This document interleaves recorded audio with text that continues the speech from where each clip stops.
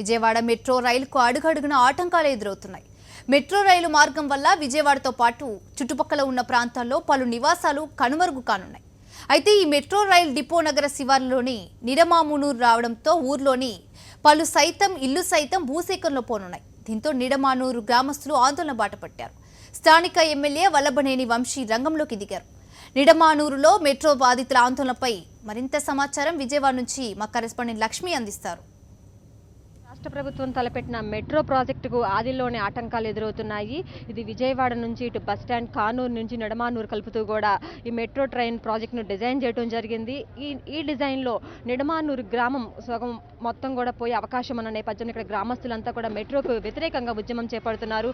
వీళ్ళందరికీ మద్దతు తెలిపేందుకు ఇటు వల్లభనేని వంశీ గారు స్థానిక ఎమ్మెల్యే గారు రావడం జరిగింది. ఆయనతో మనం మాట్లాడే ప్రయత్నం చేద్దాం. చెప్పండి, నిడమానూరు మొత్తం సగం గ్రామం కూడా పోతుందని ఇక్కడ గ్రామస్తులంతా ఆందోళన వ్యక్తం చేస్తున్నారు.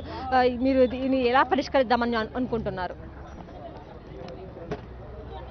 ఇప్పుడు మెట్రో రైల్ వర్క్షాప్ పెట్టినటువంటి సైట్ కంప్లీట్గా రెసిడెన్షియల్ ఏరియా అండి. ఇక్కడంతా పేద మధ్యతరగతి ప్రజలందరూ నివాసంగా ఉంటా ఉన్నారు.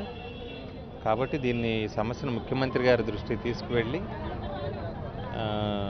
వీళ్ళకి ఎటువంటి ఇబ్బంది లేకుండా పరిష్కరిద్దామని అనుకుంటా ఉన్నాం. ఇంతకుముందు కూడా ఒకటి ఇట్లా జరిగింది. గన్నవరం విమానాశ్రయ విస్తరణప్పుడు అంతర్జాతీయ విమానాశ్రయం కింద ల్యాండ్ తీసుకున్నప్పుడు దాంట్లో బుద్ధవరం అనేటువంటి గ్రామం పూర్తిగా చరిత్రలోంచి వెళ్ళిపోయేటువంటి సందర్భం వచ్చింది. అది ఆ ఊరు కంప్లీట్గా ఎక్విజిషన్లో ఉంటే అప్పుడు ముఖ్యమంత్రి గారి దృష్టిగా గ్రామస్తులు మేము అందరూ వెళ్ళి రిప్రజెంట్ చేస్తే ఆయన సానుకూల దృక్పథంతో మానవతా దృక్పథంతో బుద్ధవరం గ్రామాన్ని ఎక్స్క్లూడ్ చేసి వాళ్ళందరికీ ఇబ్బంది లేకుండా ఎయిర్పోర్ట్ని కంప్లీట్ చేయమని చెప్పారు. ఇప్పుడు వాళ్ళందరూ హ్యాపీగా ఉన్నారు. కాబట్టి ఈ సమస్యను కూడా ముఖ్యమంత్రి గారి దృష్టికి తీసుకువెళ్తే సమస్య పరిష్కారం అవుతుందని మేము అనుకుంటున్నాం. ఇక్కడ స్థానికులకు చెప్తుంది ఏంటంటే మొత్తం మా స్థలాలను ఇవ్వము, ఎట్టి పరిస్థితుల్లో కూడా మెట్రో వద్దని చెప్తున్నారు. ఇప్పటికే రిజిస్ట్రేషన్ కూడా ఆపేసిన పరిస్థితి. దీన్ని ఎట్లా పరిష్కరిస్తారు? అవునమ్మా, దేనికైనా చర్చల ద్వారానే పరిష్కారం లభిస్తుంది. ప్రజాస్వామ్యంలో చర్చల ద్వారానే పరిష్కారం లభిస్తుంది. గన్నవరం విమానాశ్రయానికి కూడా మొదట్లో భూములు ఇవ్వమన్నారు రైతులు. తర్వాత ముఖ్యమంత్రి గారు మంచి ప్యాకేజ్ నాకు ఇచ్చారు. అట్లాగే పోలవరం కూడా ఇచ్చారు. అట్లానే ఇక్కడ ఇవ్వమని నేను చెప్పడం లేదు. వీళ్ళ సమస్య ప్రభుత్వం దృష్టికి తీసుకువెళ్తాను.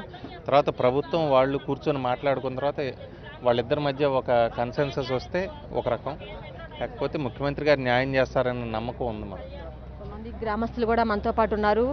చెప్పండి, మీరు ఎందుకు మెట్రో ప్రాజెక్టును వ్యతిరేకిస్తున్నారు? మీ ఊరు అంటే మీకు నష్టపరిహారం ఏమైనా కావాలనుకుంటున్నారు? అసలు డిపో కోసం జరుగుతుంది కాబట్టి దాన్ని ఇక్కడ రెసిడెన్షియల్ ఏరియా కాబట్టి కొంచెం తక్కువ రేట్లు ఉండే స్థలాలను ఇచ్చి దీని వరకు కాపాడండి అని ముఖ్యమంత్రి గారి దృష్టికి తీసుకెళ్ళడానికి ఎమ్మెల్యే గారిని పిలిచాము. ఇది చూపించాము. ఇదంతాను ఆయన మొత్తం తిరిగి నడుచుకుంటా చూశారు. ఇదంతా పేద భూములు, పేద రైతులు ఇళ్ళు అన్నీ చూశారు. చూసి ముఖ్యమంత్రి గారి దృష్టికి తీసుకెళ్ళి దాన్ని మాట్లాడి పరిష్కారం చేద్దామని చెప్పారు. ఇక్కడ ఇల్లు కానీ పొలాలు కానీ స్థలాలు కానీ మేము ఏమి ఇవ్వదలుచుకోలేదు. మా ఊరు మొత్తం కాలుష్యం అయిపోయింది.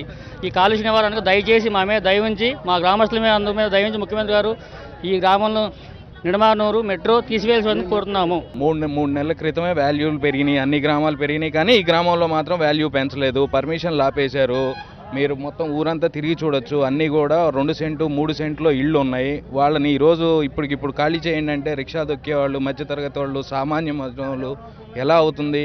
వ్యవసాయం చేసుకునే భూములు ఉన్నాయి. 96 సెంటు ఎకరం లోపు భూములన్నీ కూడా ఇవాళ 10 కోట్లు 15 కోట్లు 20 కోట్లు అంటున్నారు. ఎటు చూసినా ఇళ్ళకి అనుకూలమైన స్థలాలు ఈరోజు మేము లాగేసుకొని మా ఇళ్ల మీద మేము కట్టేస్తాం, ఇళ్ళని దోసేస్తాం అంటే ఎలా కుదురుతుంది? ఇప్పుడు మాత్రం ఇక్కడ మా ఇళ్ళ మధ్యన మేము ఇక్కడ 15 సంవత్సరాల నుంచి ఉంటున్నామండి. ఇక్కడ అంతా బ్యాంకు లోన్ తీసుకుని ఇల్లు కట్టుకుంటున్నాము. అది ఇక్కడ మా ఏరియాని మాత్రం ఇక్కడ నుంచి తీసేయమంటున్నాం. డిపో ఇక్కడ తీసేసి వేరే చోట వాళ్ళకి అనుకూలమైన చోట పెట్టుకోమని చెప్పి. ప్రాజెక్ట్ని వ్యతిరేకించట్లేదు. ప్రాజెక్ట్ అనేది మా ఇల్లు తీసేసి వచ్చేటట్టుగా ఉండకూడదు.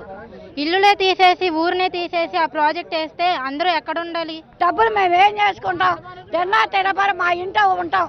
మా ఇంట్లో దేనికి వెళ్ళా ఏదైనా మా సౌత్ కాబట్టి మాకు ఇబ్బంది లేదు.